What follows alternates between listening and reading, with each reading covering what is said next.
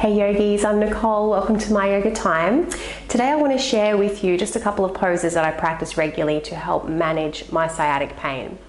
Now, if you're suffering sciatic pain, and especially if it's due to a bulging disc, you'll appreciate that there's no quick fix, no quick cure. It's just a case of management, and every day is a different day. So you might be able to practice these exercises with ease one day and then the next day not so much. So don't have any expectations.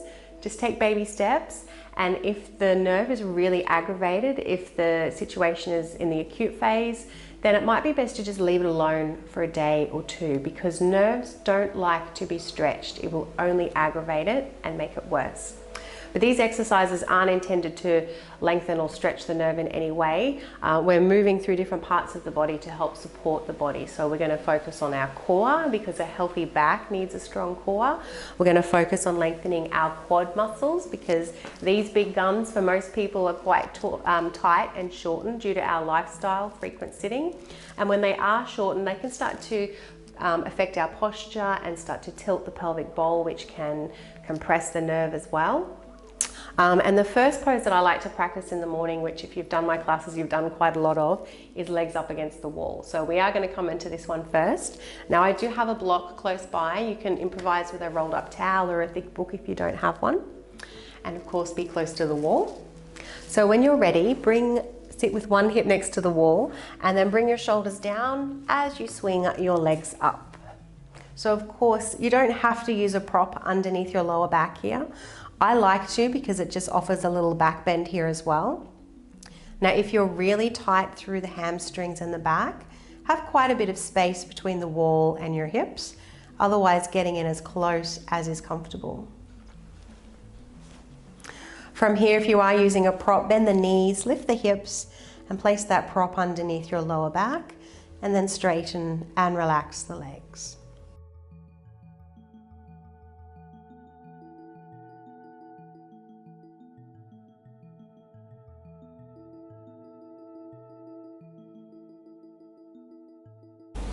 Begin to notice your breath.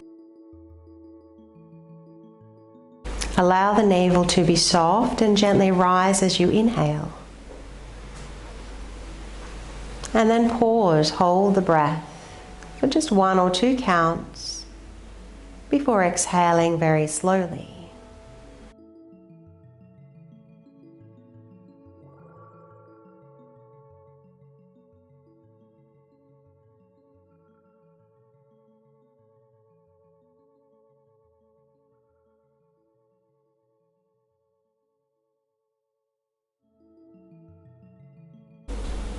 So I find this a very effective and therapeutic way to lengthen the hamstrings and the back without any effort.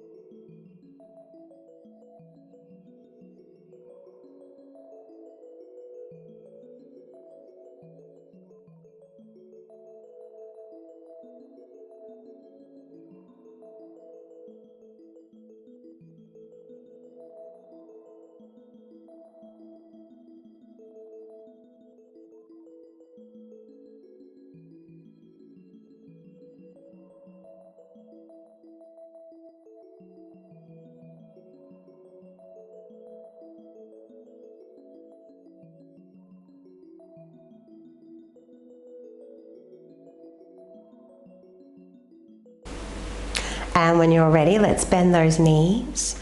Press the feet into the wall as you lift up the hips and remove your prop, and then lower down. Feel free to come to one side and just allow the back to round, only here for a moment.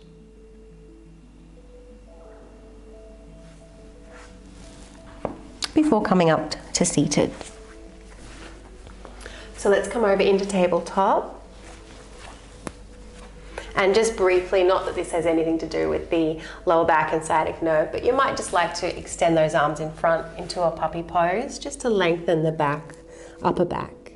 So forehead can meet the mat, hands can be as wide as the mat, or you might even like to bring the elbows closer, hands into prayer above the head.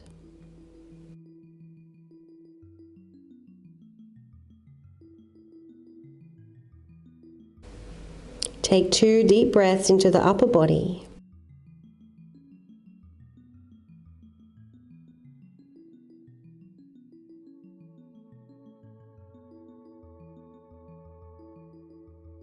And when you're ready, lower those hands down. If you've placed them in prayer, let's come forward onto our navel. Extend the arms in front. Have your feet as wide as the mat. Tuck your tailbone under. Try and drag your hands back as you lift your heart, and you should feel all the muscles along your spine engage.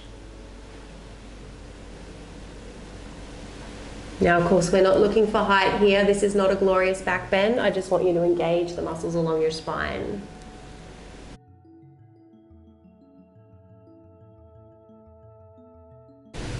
Inhale and exhale, lower down. Let's roll over onto our back for some core work. Now, we're going to practice our yogi bicycles today, and there's many different core exercises you can do. This one I find quite effective. So if you're starting with a relatively weak core, you might just practice one foot at a time, or if you can, raise both. Knees are directly above the hips, and you want to press the back down into the mat. So remove any space between your back and the mat. So a little tone here through the belly. Ladies to lift pelvic floor, gents perineum muscle. Option 1, stay here, keep pressing down through the back, keep the jaw relaxed and keep breathing. Option 2 will interlace those fingers and take them to the base of the neck. You'll lift the upper body up off the mat. So don't let the knees come in front of the hips, keep them directly above. When the knees come forward, you're going to know that you're starting to switch off your core. So staying here as we inhale. And then as you exhale, straighten your right leg. Take your right arm to the outside of the left leg. Inhale to come back to center. Knees above the hips. Back is flat, no space. Exhale, other side. Inhale back to center. So keep the jaw relaxed. Let the movement be slow. It's harder to go slower. Know that when you fatigue, those knees are going to come closer to the head. You'll start to arch your back. So keep pressing the back down into the mat.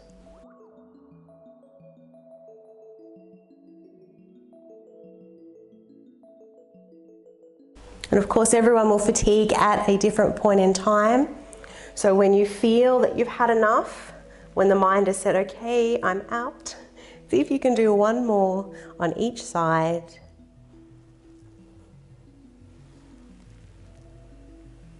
And then when you are ready to finish, just before you do so, extend everything up to the ceiling, get your shoulders and your lower back, everything up and off the mat.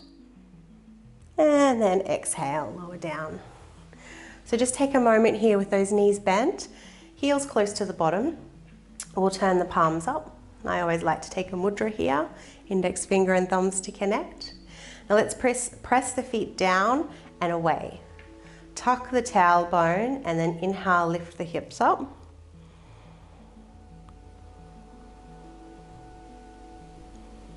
Your next inhalation, pick up the heels and then slowly lower down one vertebrae at a time. So trying to find a nice ripple effect through the spine. Let's continue a few more. Press the feet down and away. Tuck the tailbone. Inhale, lifting up. Picking up the heels, exhale to lower down.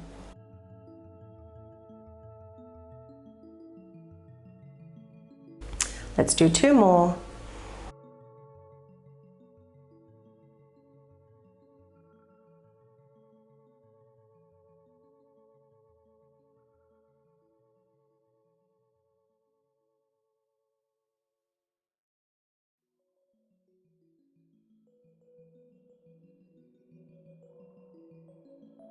Well done. Once you touch down for that last time, cup the hands over the knees, arms as straight as you inhale, bend the elbows as you exhale.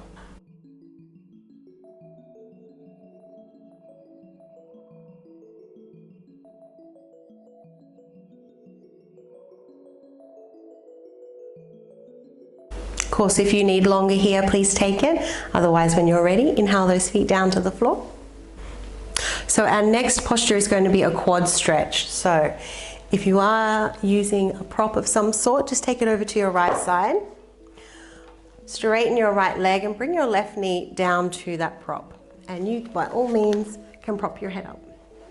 So focusing on your right leg here, really important to rotate the leg. So you can see my heel is pointing up to the ceiling, front of the thigh down to the mat.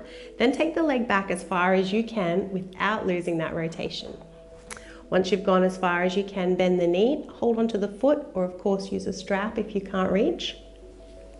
Now it's really important here that you do engage a little core. So try and lift the pubic bone towards the belly button and you'll feel the lower belly firm, and then kick the foot into the hand. So for many of us, our quads are quite tight and in a shortened state, just due to lifestyle, long periods of sitting, for example. And when these muscles shorten, they can put a lot of pressure on the lower back and through the pelvic bowl, affecting your posture. And they're quite a hard muscle to effectively stretch or lengthen, which is why you should use your core as well. Let's stay here for 3 more breaths. Try to deepen your breath down the right side of the body.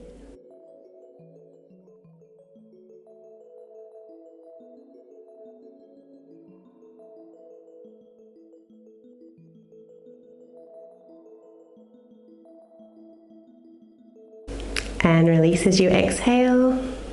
We'll roll over to the other side.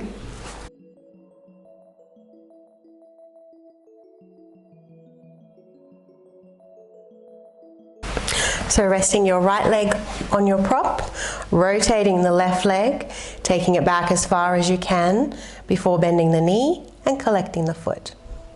Begin to tuck your tailbone under, which is the same as lifting the pubic bone towards the belly button.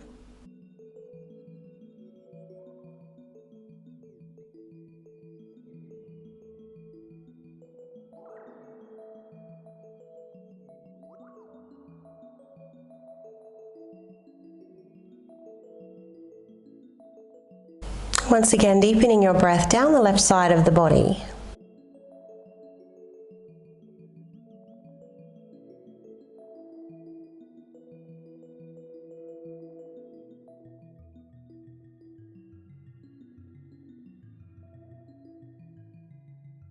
One more breath before you exhale and release. And from here, just bring yourself up to seated. So do try to stay in those positions for at least 12 seconds. That's a bare minimum. From here, I'll get you to bend both legs and have your left shin and right thigh parallel to the short sides of the mat. From here, you're going to lean off to your left just a little. Now, it's really important that you inhale and lift the heart and try to keep the chest lifted. And for many, this might be enough. If you've got room to move a little further, you can walk those hands forward. So try not to round the back, because otherwise you're just going to stretch the back, which is great, but that's not the purpose of this posture today. So either staying here or continue to test your movement with your breath. Inhale, heart to lift. Exhale to fold.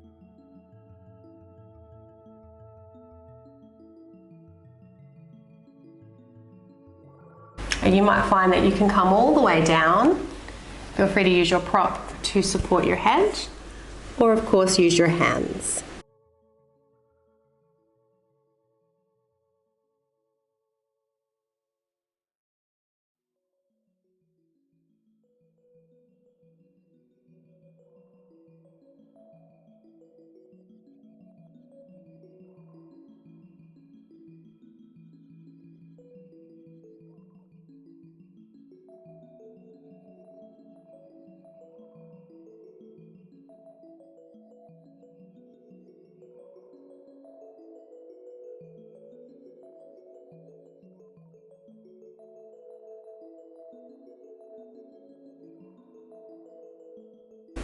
And let's inhale to come all the way up. So we're going to change sides. I'll swing around. Right shin and left thigh are now parallel to one another. You've created a right angle through the backs of your legs.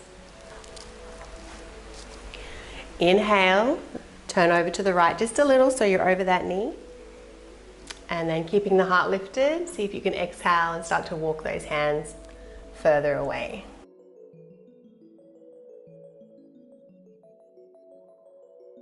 So if your sciatic pain is really inflamed, then proceed with caution, because nerves don't want to be stretched and they'll often become more aggravated.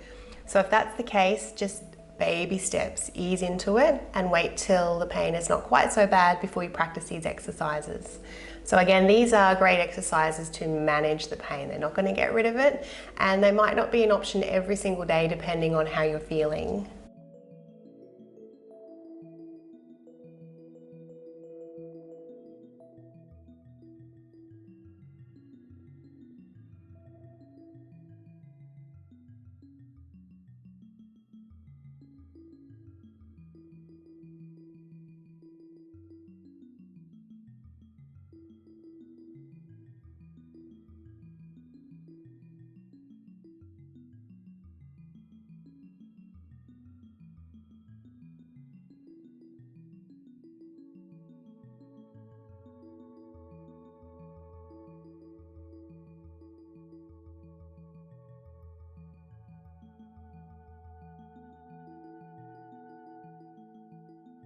And when you're ready, let's lift up out of this pose. You might even like to just take those knees very slowly from side to side.